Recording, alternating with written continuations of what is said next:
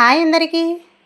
ఈరోజు boneless chicken fry ఎలా చేసుకోవాలో రండి చూసేద్దాం. ఇది చపాతీలోకి, రైస్లోకి, దేంట్లోకైనా చాలా బాగుంటుంది. ఒక్కసారి ఇలా ట్రై చేయండి, ఎంతో టేస్టీగా ఉండే బోన్లెస్ చికెన్ ఫ్రై. రండి చూసేద్దాం. 1/2 kg వరకు బోన్లెస్ చికెన్ తీసుకున్నాను. ఇలా శుభ్రంగా వేసి కడిగి పక్కకు పెట్టేసుకున్నాను. పీసులు అనేది మీడియం సైజులోనే కట్ చేసి పెట్టుకోవాలి. ఇప్పుడు ఇందులోకి కొద్దిగంత పుదీనా, అలాగే 1/2 స్పూన్ వరకు సాల్ట్, అలాగే 1/2 స్పూన్ వరకు పసుపు వేసుకొని మంచిగా ముక్కలు బాగా పట్టించి ఒక 5 నిమిషాలు పక్కకు పెట్టేసి, ఇప్పుడు ఒక గ్లాస్ వరకు వాటర్ వేసుకొని బాగా కలిపేసుకొని స్టవ్ ఆన్ చేసి స్టవ్ పైన పెట్టేసి డైరెక్ట్గా ఉడికించుకోవడమే. చికెన్ అనేది ఉడకాలి. ఇప్పుడు మనం వేసిన గ్లాస్ వాటర్లోనే చికెన్ అనేది మంచిగా మెత్తగా ఉడికిపోతుంది. ఎందుకంటే బోన్ ఉంటే కొంచెం వేరే ఉంటుంది కదా, ఇది బోన్లెస్ కాబట్టి కాస్త ఉడికించుకోవాలి. ఇప్పుడు ఉడికించుకొని స్టవ్ ఆఫ్ చేసుకొని వాటర్ అనేది సపరేట్ చేసుకుందాము.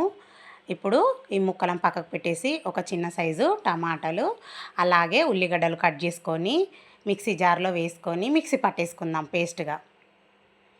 చూడండి, ఇలా పేస్ట్గా మిక్సీ పట్టేసుకున్న తర్వాత ఇప్పుడు పక్కకు పెట్టేసి స్టవ్ ఆన్ చేసి స్టవ్ పైన ఒక కడాయి పెట్టుకొని ఆయిల్ వేసి, ఆయిల్ వేడెక్కిన తర్వాత మసాలా, చెక్క, లవంగాలు, యాలకులు, ఒక ఆకు వేసుకొని మంచిగా ఫ్రై చేసుకున్న తర్వాత ఇందాక మనం మిక్సీ పట్టి పెట్టుకున్నాం కదా టమాటా ఇంకా ఆనియన్ పేస్ట్ ఆయిల్లోకి డైరెక్ట్గా వేసేసుకొని బాగా ఫ్రై చేసుకుందాం.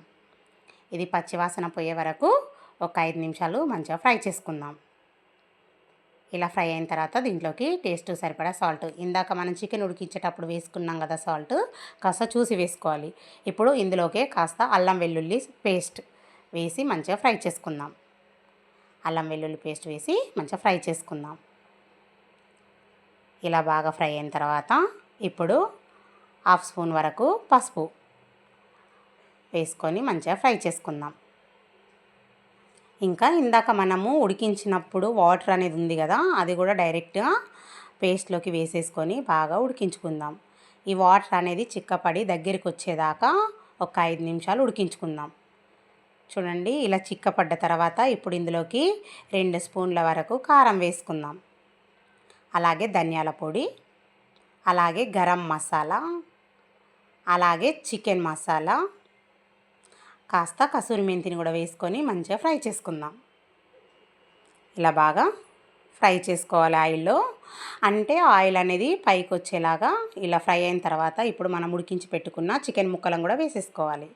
వేసేసుకొని మంచిగా ఫ్రై చేసుకోవాలి. బాగా కలిసి బాగా ఫ్రై అయ్యేలాగా ఫ్రై చేసుకోవాలి. చూస్తున్నారు కదా, ఇలా దగ్గరికి వచ్చి ఫ్రై అయిన తర్వాత ఇప్పుడు ఇందులోకి కొత్తిమీరని వేసేసుకొని ఇంకా స్టవ్ ఆఫ్ చేసుకోవడమే. ఎంతో టేస్టీగా ఉండే బోన్లెస్ చికెన్ ఫ్రై ఇలా చేయండి, చాలా బాగుంటుంది. చపాతీలోకి, రైస్లోకి ఒక్కసారి ఇలా చేసి పెట్టండి, మళ్ళీ మళ్ళీ అడిగి మరీ చేయించుకుంటారు, అంత బాగుంటుంది. Okay friends, like, share, subscribe, comments please. Recipe అయితే కంపల్సరీగా ట్రై చేయండి. బాయ్.